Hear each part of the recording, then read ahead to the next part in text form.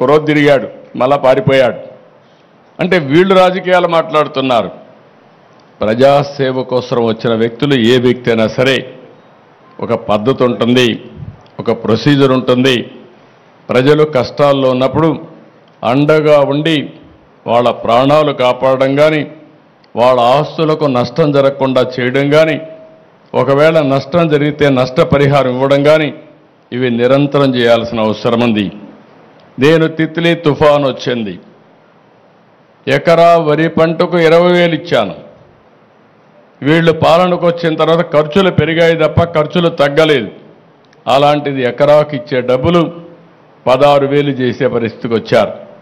మళ్ళీ నిన్న మొన్న దిగిపోయేటప్పుడు 1,000 రూపాయలు పెంచారు.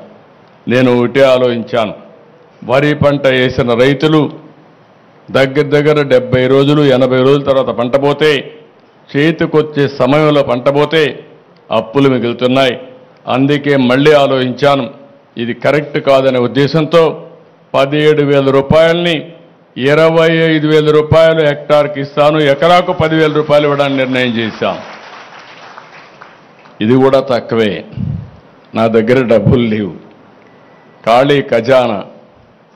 రోజు వారీగా ఏం చేయాలని అర్థం కాని పరిస్థితి, మొత్తం ఏది పనిచేయలేని పరిస్థితి. మీరు చూస్తే అభివృద్ధి ఆగిపోయింది, ఆదాయం పడిపోయింది, అప్పులోళ్ళు ఎవ్రీడే తిరుగుతున్నారు.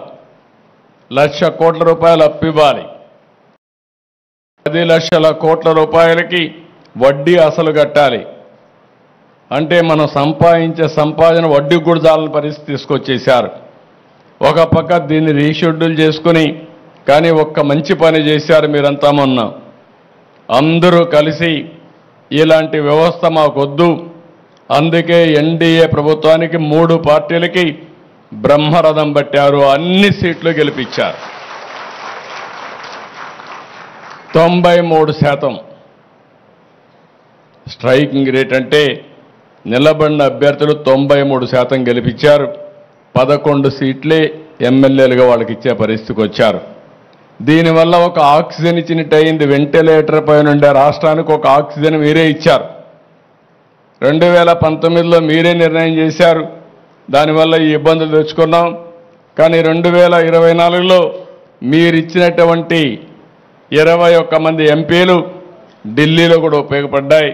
ఈరోజు కేంద్రం కూడా మనకు సహాయం చేసే పరిస్థితికి వచ్చారు. ఎందుకంటే బాధ్యత, మనం అందరం కూడా ఎన్డీఏలో భాగస్వాములం కాబట్టి, ఒక పార్టీ పెట్టి ఇక్కడ అందరం కలిసి పనిచేశాం కాబట్టి ఒక బాధ్యత కేంద్రం కూడా తీసుకునింది, అందరం కలిసి పనిచేస్తున్నాం.